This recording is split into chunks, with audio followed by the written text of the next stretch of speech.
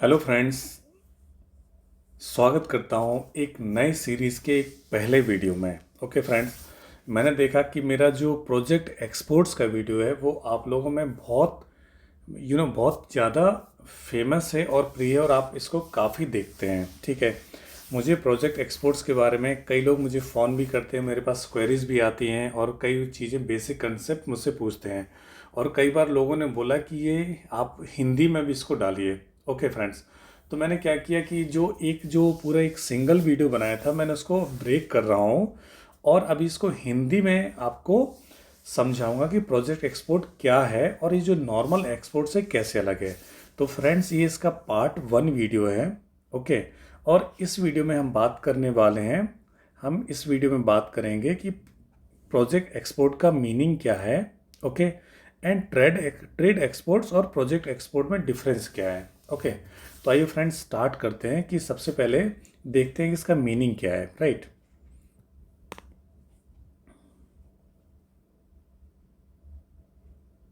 Okay, तो अब बात करते हैं कि मीनिंग, सबसे पहले इसका अर्थ क्या है।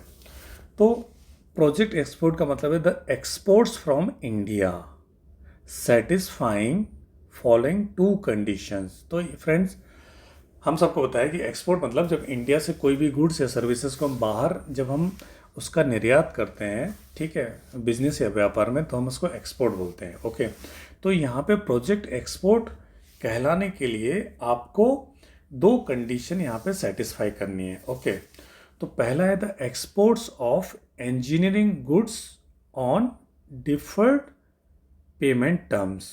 ओके, और एंड, यहाँ पे एंड वर्ड है फ्रेंड। ओके, तो यहाँ पे गुड्स के साथ में आपकी इंजीनियरिंग गुड्स है, सर्विसेज भी हो सकती है। जैसे हम नेक्स्ट क्लास में देख रहे हैं कि एक तो आप जो इंजीनियरिंग गुड्स है आपका, ठीक है, हम बात करेंगे इंजीनियरिंग गुड्स में क्या क्या हो सकता है आपका। जैसे आप कोई प्लांट ले जा रहे हैं, तो प्लांट जैसे पावर प्लांट लेके जा रहे हो आप इंडिया से, ठीक है, आप ट्रांसमिशन लाइन लेके जा रहे हो इंडिया से, ट्रांसमिशन लाइन लेके जा रहे हो इंडिया से। ओके, तो ये इंजीनियरिंग गुड्स हैं। या फिर कोई और, जैसे आप पूरा यूरिया का प्लांट आप इंडिया से एक्सपोर्ट कर रहे हो, तो इंजीनियरिंग गुड्स है। या फिर रेलवे ट्रैक ले जा रहे हो आप, रेलवे जो ट्रैक है उसका ट्रैक लेके जा रहे हो, या कोचेस लेके जा रहे हो, या आपको रेलवे लाइन डालनी वहाँ पे, तो ये इंजीनियरिंग गुड्स हैं। डिफर्ड पेमेंट टर्म्स, अभी हम डिफर्ड पेमेंट टर्म्स समझते हैं क्या है। ठीक है, and execution of turnkey project and civil construction contract abroad. ठीक है फ्रेंड्स, तो इसमें क्या है बेसिकली कि जब आप कोई भी जो इंजीनियरिंग गुड्स है या फिर कोई टर्न की प्रोजेक्ट का मतलब है कि आप एज अ प्रोजेक्ट हो, पूरा प्रोजेक्ट आप इंडिया से उसको एक्सपोर्ट कर रहे हो। मतलब आप वहाँ पे जाके यहाँ से सप्लाई भी करोगे, वहाँ पे इंस्टॉल भी करोगे इंडिया के बाहर। ओके, केवल इतना नहीं कि आपको सप्लाई करके छोड़ दिया, आपका काम वहाँ पे इंस्टॉलेशन का भी है। राइट, या फिर कोई जो सर्विस कॉन्ट्रैक्ट हैं वहाँ पे भी आप उसको सेम लाइन पे, जैसे आप सर्विस कॉन्ट्रैक्ट है बट वो भी क्या है आपका लॉन्ग टर्म बेसिस पे है, सर्विस कॉन्ट्रैक्ट है लॉन्ग टर्म बेसिस पे। हम आगे इसकी कंडीशन भी पढ़ेंगे कि आपको कब वो पोस्ट अवार्ड अप्रूवल वगैरह लेना पड़ेगा। ठीक है, हम उसका जब अलग से कंसेप्ट में बात करेंगे। सो फ्रेंड्स, यहाँ पे पहली चीज़ है आपका नंबर 1 चीज़ है जो इम्पोर्टेंट चीज़ है, एक तो क्या है कि डिफर्ड पेमेंट टर्म्स पे जो इंजीनियरिंग गुड्स हैं या टर्न की कॉन्ट्रैक्ट्स है, राइट, एंड टर्न की कॉन्ट्रैक्ट्स हैं एंड सिविल कंस्ट्रक्शन कॉन्ट्रैक्ट। सो या तो आपके सिंपली इंजीनियरिंग गुड्स कर रहे हो या टर्न की कॉन्ट्रैक्ट कर रहे हो और सिविल कंस्ट्रक्शन कॉन्ट्रैक्ट। तो सिविल कंस्ट्रक्शन कॉन्ट्रैक्ट्स में क्या है आपका बेसिकली, जैसे आपने कोई बिल्डिंग बनाई है, पार्लियामेंट बिल्डिंग बना रहे हो या वहाँ पे कोई बड़ा कन्वेंशन सेंटर बना रहे हो, तो एक तरह से सिविल कंस्ट्रक्शन कॉन्ट्रैक्ट भी प्रोजेक्ट एक्सपोर्ट की कैटेगरी में आता है, क्योंकि आप पूरा वहाँ पे उसको क्या कर रहे हो, एग्जीक्यूशन कर रहे हो, आप उसका बना रहे हो, यहाँ से लेबर भी लेके जाओगे, इंजीनियरिंग कराओगे, आप उसका ड्राइंग वगैरह सब कुछ करोगे। ओके, सो ये बेसिकली इसका मतलब है कि प्रोजेक्ट एक्सपोर्ट का मतलब क्या है कि इंडिया से एक्सपोर्ट होना चाहिए। ठीक है, engineering goods, turnkey project and civil construction contract, तो ये 3 तरह की चीज़ें इसमें आती हैं। लेकिन इसका सबसे इम्पोर्टेंट कंडीशन है वो है आपका डिफर्ड पेमेंट टर्म्स पे होना चाहिए। क्या डिफर्ड पेमेंट टर्म्स का मतलब क्या है कि जब जो आपको जो नॉर्मल एक्सपोर्ट में जो टाइम लाइन है वो आपको 9 मंथ्स के अंदर आपको एक्सपोर्ट का पैसा रियलाइज़ करना है। ठीक है, लेकिन डिफर्ड का मतलब है कि जब आप इससे ज़्यादा टाइम दे रहे हो आपके इंपोर्टर को जो बाहर की कंट्री में है, तो वो डिफर्ड पेमेंट पे कहलाता है। मतलब जब आप उसका पीरियड को आप जो जनरल एक्सपोर्ट से ज़्यादा आप उसको एक्स्ट्रा टर्म दे रहे हो पेमेंट के लिए, तो वो डिफर्ड पेमेंट कहलाता है। ओके, तो payment under the contract to be received okay beyond the statutory prescribe period. तो स्टैच्यूटरी पीरियड हमारा क्या है, 9 मंथ का है। हमें 9 मंथ में एक्सपोर्ट्स का रियलाइजेशन करना होता है, राइट। लेकिन अगर इसके ज़्यादा ऊपर जा रहा है तो वो डिफर्ड पेमेंट कहलाता है। ओके, सो फ्रेंड्स, ये प्रोजेक्ट एक्सपोर्ट का जो आरबीआई का जो प्रोजेक्ट एक्सपोर्ट मैनुअल है उसके हिसाब से उसकी डेफिनेशन है। अब आइए हम देखते हैं नेक्स्ट स्लाइड में कि एक प्रोजेक्ट एक्सपोर्ट में और जो नॉर्मल ट्रेड है एक्सपोर्ट है उसके अंदर क्या क्या डिफरेंस होता है। ओके,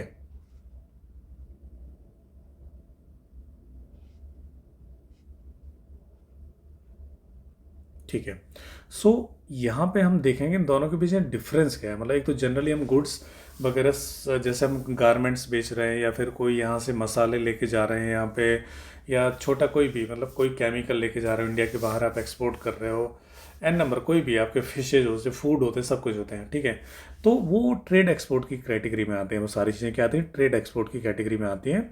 और जो प्रोजेक्ट एक्सपोर्ट जिसके बारे में हम पढ़ रहे हैं, ठीक है। तो अब आप देखते हैं इन दोनों के बीच में डिफरेंस क्या होता है, मतलब ये दोनों कैसे अलग होते हैं। ओके, सबसे पहले बात करते हैं नेचर की, ठीक है।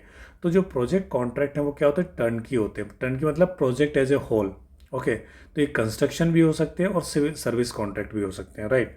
तो टर्न की मतलब मैंने बोला ना कि आपको एज अ प्रोजेक्ट आप ऐसा नहीं कर रहे, जैसे आपने सपोज वहाँ पे पावर प्लांट लगा रहे, तो पावर प्लांट में आपने सिंपली आप जाके कोई पर्टिकुलर पार्ट को डिलीवर कर दिया, वो नहीं है। मतलब आप वो पूरा पावर प्लांट का आप उसको वहाँ पे जो भी सप्लाई करना है प्लस वहाँ पे उसका इंजीनियरिंग प्रोक्योरमेंट और कंस्ट्रक्शन भी करना है आपको, राइट। तो एज अ प्रोजेक्ट होल आप उसको एक्सपोर्ट कर रहे हो। वहाँ पे आप क्या लेबर भी प्रोवाइड करोगे, वहाँ पे प्लांट एंड मशीनरी दोगे, वहाँ पे डिज़ाइन वगैरह सब कुछ करोगे आप।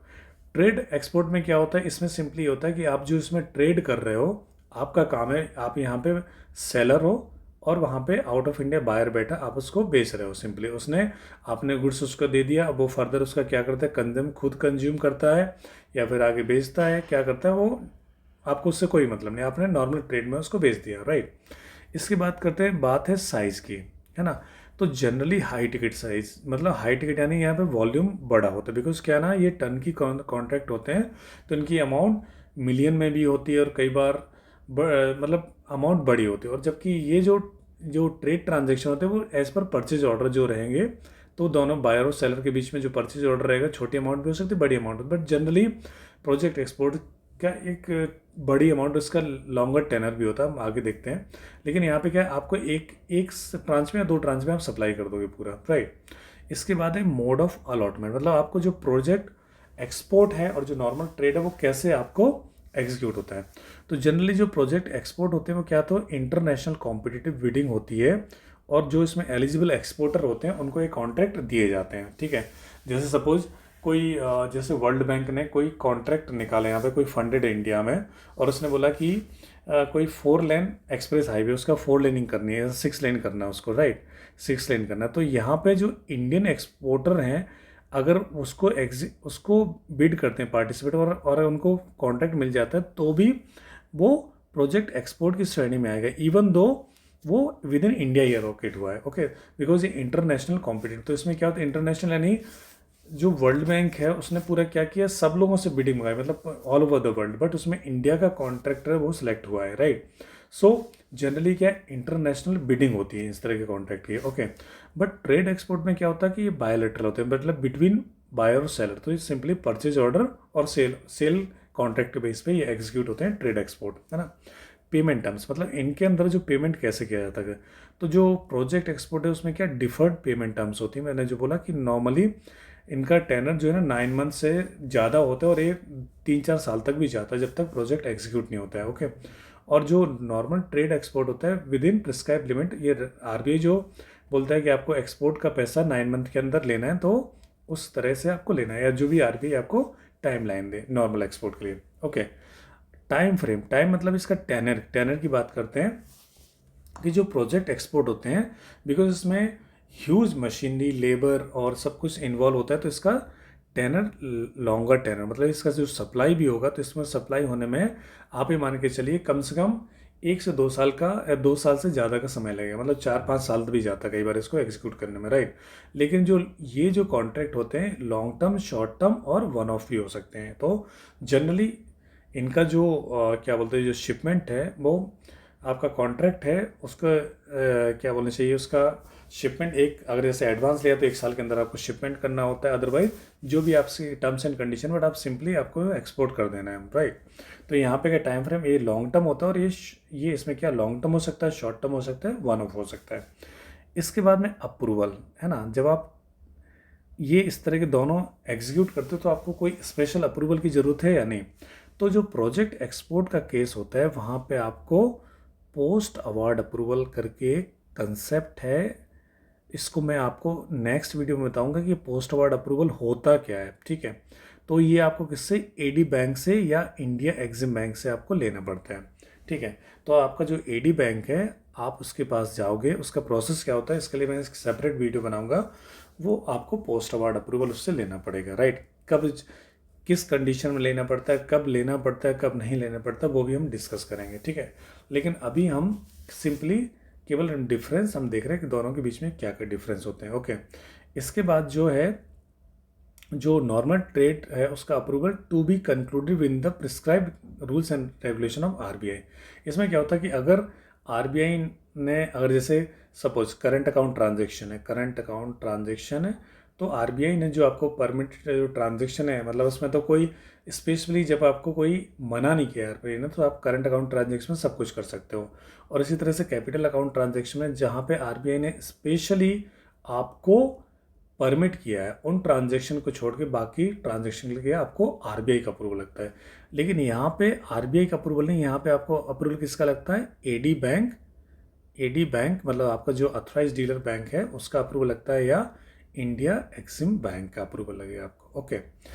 दूसरा रिस्क की बात करते हैं अभी। रिस्क तो जनरली यहाँ पे जो, क्योंकि इनका टेनर लॉन्गर होता है, ठीक है, ये आउटसाइड इंडिया में एग्जीक्यूट करें तो यहाँ पे रिस्क थोड़ा ज़्यादा रिस्क होता है, और यहाँ पे रिस्क थोड़ा कम होता है, बिकॉज जो बायर और सेलर दोनों को मोस्टली एक दूसरे को जानते हैं, या फिर उन दोनों के बीच में पहले से बिजनेस हो रहा होता है और वो ड्यू डिलिजेंस कर चुके होते हैं, ओके। लेकिन यहाँ पे क्या सप्लाई ज़्यादा होती है, टेनर ज़्यादा होता है प्रोजेक्ट एक्सपोर्ट केस में, तो यहाँ पे रिस्क ज़्यादा रहती है, ओके फ्रेंड्स। तो दोस्तों, फ्रेंड्स, उम्मीद करता हूँ कि आपको ये पहला वीडियो मेरा प्रोजेक्ट एक्सपोर्ट का जो मैंने हिंदी में आप लोगों के लिए बनाया है पसंद आया होगा, और ये जो बेसिक कंसेप्ट है आपको इससे क्लियर होंगे कि आपका प्रोजेक्ट एक्सपोर्ट का मीनिंग क्या है, और ये जो प्रोजेक्ट एक्सपोर्ट है वो नॉर्मल ट्रेड एक्सपोर्ट से कैसे अलग होता है, ओके फ्रेंड्स।